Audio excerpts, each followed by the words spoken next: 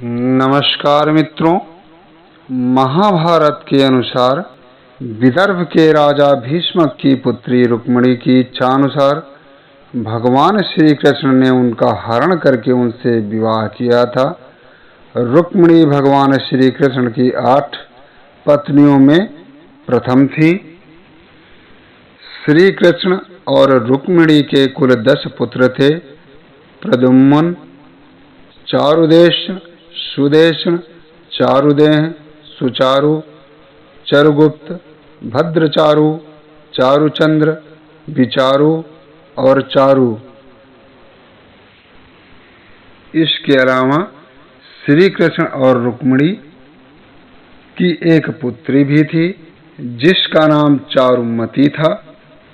रुक्मिणी जी से भगवान के चारुमती नाम की एक कन्या भी थी जिसका जिक्र पुराणों में मिलता है।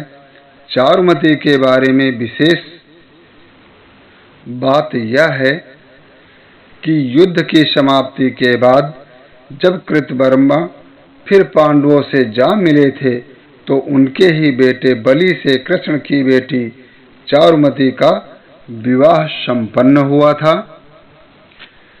श्री कृष्ण की इस पुत्री का उल्लेख बहुत ही कम स्थानों पर मिलता है। पौराणिक कथाओं के अनुसार भगवान कृष्ण की 16,108 पत्नियों और उनके 1.5 लाख से भी ज्यादा पुत्र थे। हालांकि ऐसा क्यों कहा जाता है, इसकी भी वजह है। पुराणों में उल्लेख है कि एक दानव भूमासुर ने अमर होने के लिए 16,000 कन्याओं की बलि देने का निश्चय कर लिया था। श्री कृष्ण ने इन कन्याओं को कारावास से मुक्त कराया और उन्हें वापस घर भेज दिया। जब वो घर पहुंची तो परिवार वालों ने चरित्र के नाम पर उन्हें अपनाने से इनकार कर दिया। तब श्री कृष्ण ने 16,000 रूपों में प्रकट होकर एक साथ उनसे विवाह रचाया था। असल में कृष्ण ने केवल 8 बार ही शादी की।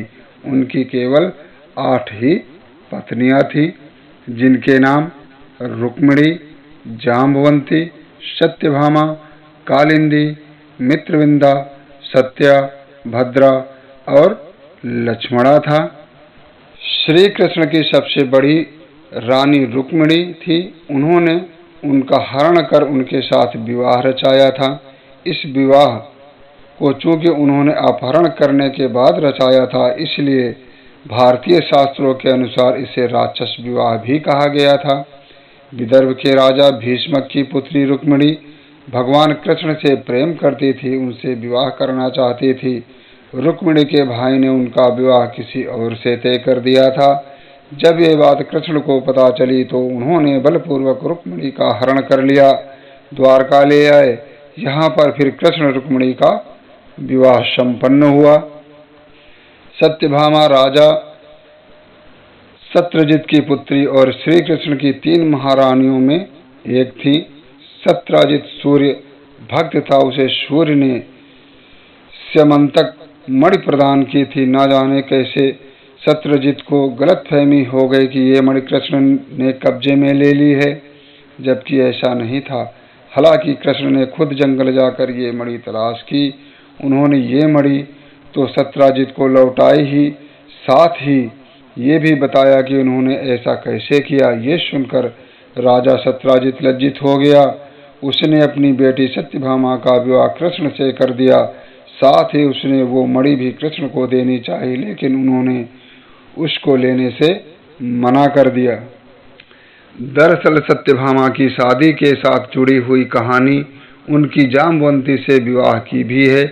कृष्ण जब मणि को तलाशते हुए जंगल में ऋक्षराज जाम्बवान की गुफा में पहुंचे तो वहां उन्होंने एक बालक को स्यमंतक मणि से खेलते हुए देखा। अनजान व्यक्ति को देखकर बालक की धाय ने शोर मचाया। जाम्बवान ने कहा वहां पहुंचकर कृष्ण से युद्ध शुरू कर दिया। कुछ ही देर में जाम्बवान ने कृष्ण को पहचान लिया। उसने उन्हें वो मणि तो लौटा ही, साथ ही अपनी कन्या जाम्बवंती का विवाह भी कृष्ण से कर दिया।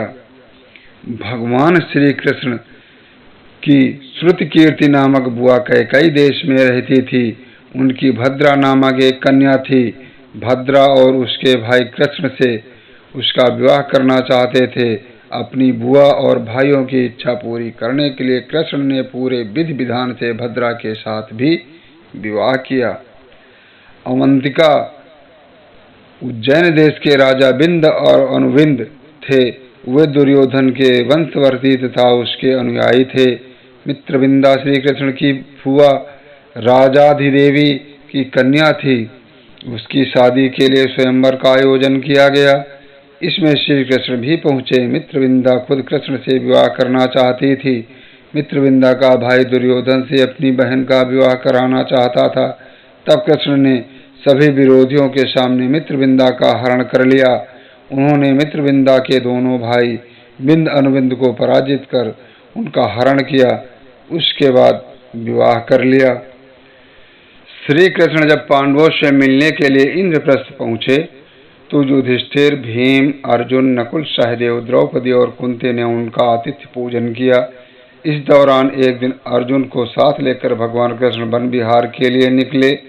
जिस वन में वे विहार कर रहे थे वहां पर सूर्यपुत्री कालिंदी श्री कृष्ण को पति रूप में पाने की कामना से तप कर रही थी। कालिंदी की मनोकामना पूर्ण करने के लिए भगवान श्री कृष्ण ने उसके साथ भी विवाह कर लिया। राजा नग्नजित की पुत्री का नाम था नग्नजिती। वह सुंदर और बेहद गुणवान थी। राजा ने उनके विवाह के लिए एक मुश्किल शर्त रख दी कि जो क्षत्रिय 7 बैलों पर जीत प्राप्त करेगा उसी के साथ वो अपनी बेटी की शादी करेंगे। कृष्ण ने ये काम कर दिखाया। राजा ने उनका ये पराक्रम देखने के साथ खुशी खुशी अपनी बेटी की शादी उनसे कर दी। जिस तरह महाभारत में अर्जुन ने स्वयंवर में मछली का प्रतिबिंब देखकर असली मछली की आंख में तीर चलाया था, उसी तरह कृष्ण ने लक्ष्मणा से स्वयंवर में विवाह किया था। नीचे पानी में मछली की परछाई देकर ऊपर मछली का निशाना लगाना था। कृष्ण ने ऐसा कर दिया। तब उनका विवाह लक्ष्मणा से संपन्न हो गया। इन 8 रानियों से हर एक से कृष्ण को 10 बेटे हुए, यानी कुल मिलाकर उन्हें अपनी इन पत्नियों से 80 पुत्र मिले थे। इन 8 महिलाओं को अष्टाभार्या कहा जाता था। श्री कृष्ण के सबसे बड़े पुत्र का नाम प्रद्युम्न था। प्रद्युम्न कामदेव के अवतार माने जाते थे। हालांकि संबरासुर नाम के दैत्य ने उसका अपहरण करके उसकी हत्या करनी चाहिए, लेकिन वो बच गए। बाद में उनके बेटे अनिरुद्ध को कृष्ण ने अपना उत्तराधिकारी बनाया। दोस्तों, आज इतना ही। आगे मिलते हैं एक नए एपिसोड और एक नई कहानी को लेकर। तब तक के लिए जय हिंद, जय भारत।